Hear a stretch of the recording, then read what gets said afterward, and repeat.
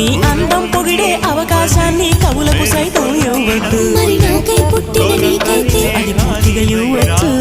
నీ భారం మోసే అదృష్టాన్ని భూమికి సైతం ఇవ్వద్దు. నేనంటే మెచ్చిన నీకైతే అది వెంటనే ఇవ్వచ్చు.